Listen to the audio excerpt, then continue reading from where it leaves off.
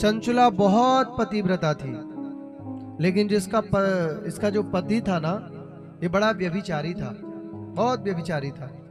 लेकिन चंचुला फिर भी अपने पतिव्रत धर्म को पालन करती और बिल्कुल भी किसी से मतलब नहीं रखती थी संसार में। एक दिन क्या हुआ कि इसका पति नहीं आया और चंचुला की भी कुछ ऐसी मनवृत्ति बिगड़ गई, इसका मन भ्रमित हो गया और ये कुसंग में पड़ गई। और कुसंग में पड़ने के कारण चंचुला के धीरे धीरे उसके पुण्य नष्ट होने लग गए। और जब चंचुला के पुण्य नष्ट हो गए, लेकिन फिर भी चंचुला ने अपने पाप रत पारायणता नहीं छोड़ी, पाप रत में एकदम पारायण रहने लगी। एक दिन इनके पति आए और चंचुला को पर पुरुष के साथ में देखा तो इनको डांटने लगे। लेकिन जब चंचुला ने अपनी बात बताई तो आज जब पाप और पाप जब दोनों टकराते हैं भैया, तो दोनों पापी भी पाप करने लग जाते हैं। अंत में स्वयं चंचुला के पति ने कह दिया कि तुम ये पाप करो। कथा आप सबने सुनी होगी, बहुत विलक्षण कथा है ये।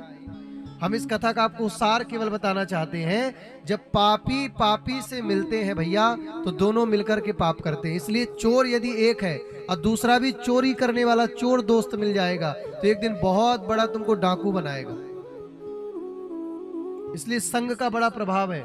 पति पत्नी थे, लेकिन चंचुला ने थोड़े से कुसंग किए, पति ने थोड़ा डांटा, लेकिन जब चंचुला ने समझाया तो पति ने और ज्यादा छूट दे दी। कोई बात नहीं, तुम पाप किया करो, लेकिन इस पाप किए का पैसा लिया करो। क्या लिया करो? पैसा। अब भैया जब देखा, समय बीता, चंचुला के पति जब मरे तो जाकर के किसी पर्वत के राक्षस बन गए, दैत्य बने, प्रेत बन गए, लगने लगे उस पर्वत पर जाके। और चंचुला भी भैया धीरे धीरे जब इनकी जवानी ढल गई तो अब इनको भी भगवान याद आने लग गए। इस चंचुला ने जो भी जवानी में पाप कर्म किया, आज इसके बुढ़ापे में सब इसको याद आने लगा। तो ये भैया गई है तो प्रयागराज में कथा हो रही थी शिव महापुराण की। जब कथा हुई तो उस कथा में यही प्रसंग चल रहा था कि पर स्त्री पर पुरुष संग करने वाले, व्यभिचार करने वाली स्त्री पुरुष को कौन से नरक में जाना पड़ता है। प्रेम से कहिए महादेव। यही प्रसंग चल रहा था। कई बार ऐसा होता है, हम उसी कथा को जब हम कथा सुनने आते हैं तो वही प्रसंग कई बार चल रहा होता है जो हमारे जीवन में घट रहा होता है। हाँ या ना? हाँ या ना? कई बार कथा में आपने अनुभव किया होगा, वही प्रसंग चल रहा होता है जो हमारे जीवन में घट रहा होता है या घट के गया होता है। जैसे हमारे जीवन में पाप हो गए हैं और हम कथा पर आए तो हमें सुनाया गया कि पाप करने वाले व्यक्ति को ऐसी नरक योनि पर जाना पड़ता है। तो आज ऐसे ही चंचुला जब कथा में आई तो कथा में प्रसंग चल रहा था कि पाप करने वाले व्यक्ति को कैसे कैसे दंड दिए जाते हैं। तो जब चंचुला ने शिव महापुराण की कथा में पाप करने वालों की सजा सुनी तो कांप गई, और कांप गई तो रोने लगी। अरे महाराज जी, मुझ में तो बड़े पाप थे, जीवन भर मैंने पाप ही किया, अब मेरा क्या होगा? अरे राम राम, मैं तो ऊपर जाऊंगी, मुझे तो बड़े दंड मिलेंगे, मैं नहीं जाना चाहती वहां, अब मैं बच भी नहीं पाऊंगी। कैसे बचोगे? कोई कह दे मैं मृत्यु से बच लूंगा, बच लोगे क्या? बुढ़ापे से बच लोगे क्या? नहीं बचोगे। चंचुला जब कथा पर आई तो वही प्रसंग चल रहा था, जो जो पाप चंचुला ने किए तो कांप गई। तो भैया वहां पर जो विद्वान कथा सुना रहे थे उन्होंने कहा, री चंचुला जी आप परेशान मत होइए, कोटि विप्र वध लागहि जाहु। जिसको करोड़ों विप्रों का पाप लग गया हो, कोटि विप्र वध, ऐसे पाप भी जिसको लगे हो, और ऐसा व्यक्ति भी मेरे महादेव के शरण में आ जाए, गए शरण तज ही नहीं ताहू, तो भोलेनाथ उसको भी तार देते हैं। चंचुला तुम घबराओ मत। देखो आपके जीवन में कोई बड़ा से बड़ा पाप बन जाए और जब आपका मन घबराए तो प्रायश्चित करने का सबसे अच्छा तरीका मैं आपको बताऊं, आप भगवान के चरणों में जाके ग्लानि कर लेना। क्या करना? बड़ा से बड़ा पाप हो, अगर तुम्हें भय लग रहा हो, अरे मुझसे ये पाप बन गया, ऐसा हो गया, तो उस पाप की एक ही प्रायश्चित्तता है आप ग्लानि करना। कहाँ जाके? देवालय पर जाके, नाथ मुझसे बहुत बड़ा पाप हो गया, लेकिन ग्लानि करना, पाप से मुक्त हो जाओगे, लेकिन दोबारा फिर ना करना। क्या? जिसने भी पाप किया और जिसको भी ये बात समझ में आ गई कि पापी को पाप नरक में जाना पड़ता है, तो उस व्यक्ति ने कथा सुन के फिर अपना जीवन परिवर्तन कर लिया है। परिवर्तन किया है भैया। राजा, ऐसे कितनी कथाएं आती हैं भैया कि जिनको देख करके, जिनका जीवन में पहले भी भजन था, अंत में भजन हुआ, लेकिन बीच वाला जीवन उनका बिगड़ गया। और जब बीच वाला जीवन बिगड़ा तो उन्होंने पाप किया, लेकिन जब पाप किया उन्हें सत्संग मिला, लेकिन जब सत्संग मिला फिर उन्होंने दोबारा पाप नहीं किया। आपको आज क्या मिल रहा है? सत्संग।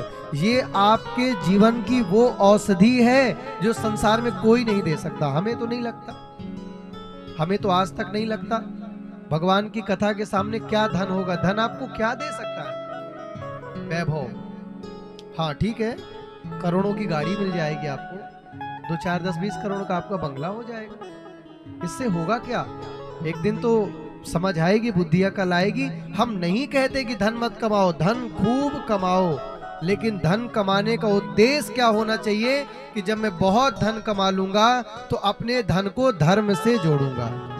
धन कमाना बुरा नहीं है, लेकिन जो बहुत संग्रह कर कर के मर जाते हैं, जब उनका दोबारा जन्म होता है तो उनको लोभी योनि मिलती है। लोभ की योनि। कौन सी योनि मिलती है? लोभी। हमारे ठाकुर जी जब ब्रजमंडल पे आए तो जिसके घर में जन्म हुआ उसके घर में इतनी खुशी नहीं थी जितनी खुशी पड़ोसियों के यहाँ थी। लेकिन आज हमारे घर में हो जाए तो हम प्रसन्न हैं, लेकिन पड़ोसी के यहाँ हो जाए तो हम ज्यादा प्रसन्न नहीं हैं। किसी के दुख में दुखी होना ये एक बात है, लेकिन किसी के खुशी में खुशी होना, किसी के सुख को देख करके सुखी हो जाना, ये परम सौभाग्य की बात है। आज के मानव के पास ये नहीं है, बुरा मत मानना। दुख में दुखी होने वाले, आंसू बहाने वाले 4 तो मिल भी जाएंगे, लेकिन तुम्हारे सुख में सुखी होने वाले बहुत कम मिलते हैं। ऐसे भक्तों का समागम, ऐसे भक्तों का कुंभ तो भैया कथा में लगता है। क्यों? कथा तुम्हारे मन की व्यथा मिटा देती है, फिर तुम्हारे अंदर प्रेम जगता है प्रेम जगत में सार, और कुछ सार नहीं। तो आज इसी कथा से माध्यम से आज की कथा को हम विश्राम की ओर लेके चलेंगे। तो चंचुला जब घबराई है तो भैया शिव महापुराण की कथा सुनाई गई। किसकी कथा सुनाई गई? शिव महापुराण।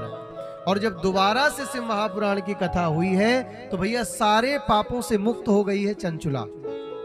बहुत बड़ी पापनी थी, अभी मैंने बताया, शॉर्टकट में समझाया सबको, समझदार को इशारा काफी है कि कोई व्रत ना कर पाओ। 2 मिनट हमारी बात ध्यान से सुनना। अगर हमारी माताएं, पत्नियां कोई व्रत नहीं कर पाती तो ना करें, लेकिन एक व्रत कर ले, वो है पतिव्रताधर, पतिव्रता व्रत। और भाई वर्ग भी अगर कोई व्रत नहीं कर पाते तो चलेगा, लेकिन एक व्रत करिए, पत्नी व्रत, पत्नी धर्म व्रत। अगर आपका विवाह हो गया तो विवाह के बाद चाहे 1000 कमियां पत्नी पर दिखने लग जाएं, लेकिन तुम कभी भी उसको त्यागने की बात नहीं करोगे। और पत्नियों को भी, पति चाहे रोगी हो, जड़ हो बुद्धि से, वृद्ध हो, धन ना हो, कैसा भी क्यों ना हो, लेकिन अपने पति को छोड़ करके कभी भी पर पुरुष के साथ में अपना संबंध नहीं बनाना चाहिए। ये चंचुला की कथा से सीखना चाहिए। चंचुला के सारे पुण्य नष्ट हो गए, लेकिन जब शिव महापुराण की कथा दोबारा सुनाई गई प्रयाग में तो चंचुला को महाराज शिव लोक की प्राप्ति हो गई है। किसकी कृपा से? बोले मेरे महादेव की कृपा से।